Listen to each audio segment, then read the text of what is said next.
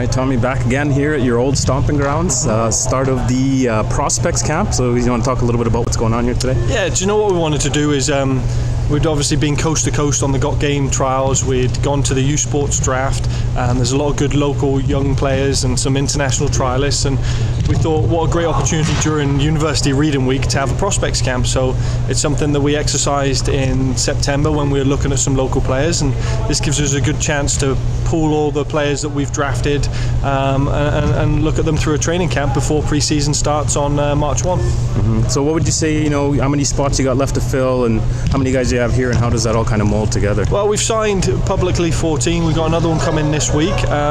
So I mean, we can have a max roster of up to 23. So there's still some spots left for the players, and that's what I like, because we've just had a presentation with the boys and said, right, be the difference maker that we're looking for, and that's what we want. Is this league's going to provide opportunity, our club's going to provide opportunity, but they've got to come in here and make a difference, because there's a lot of good players. It's having that ability to change games. Mm-hmm. So being here Foothills and then with the U23s, and then is there any way that this ties in to that and then to anywhere else? Yeah, we're working on our pathway actually. I've always been a big believer in that bridge between, like that 17 to 23 was something that wasn't quite being serviced here. So you're either, if you left, you had an EU passport, you could go overseas, but if at 16 you weren't going anywhere, you would go to university, which is great, get an education, but football never became part of your plan after that. It became business, and what we want to do is stretch that, and that's when when I was with Foothills, it became the PDL. That's then in turn helped facilitate the CPL pathway, but there's other things in the works that we want to create a nice bridge beyond the age of 16, and we'll be announcing that hopefully next week.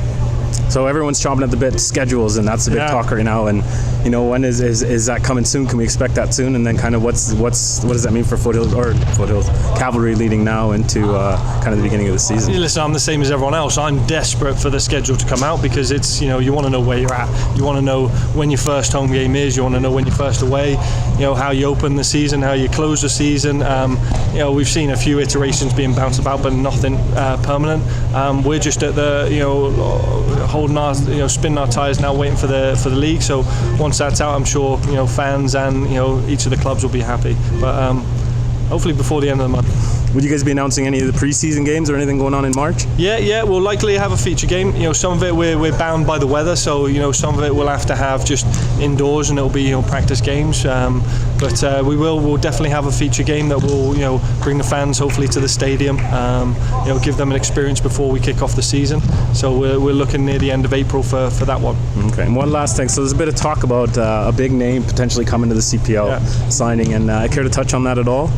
Listen, I mean, whether it's a rumour or not, I'm sure that there's even personally, we've had some interesting characters come our way, and an ex-Real Madrid winger we were in talks with, which was a pretty cool thing. That end up staying in Spain, but it's an opportunity. This country is a great country to have a lifestyle change. So footballers, so whether it's Mr. Forlan, as we've seen over the weekend, it doesn't surprise me, because like I said, if I shared some of the emails and contacts from agents and clubs that we've had, it was what it does do is it speaks to the CPL. It speaks to the allure of coming to Canada and the excitement that a new league will bring.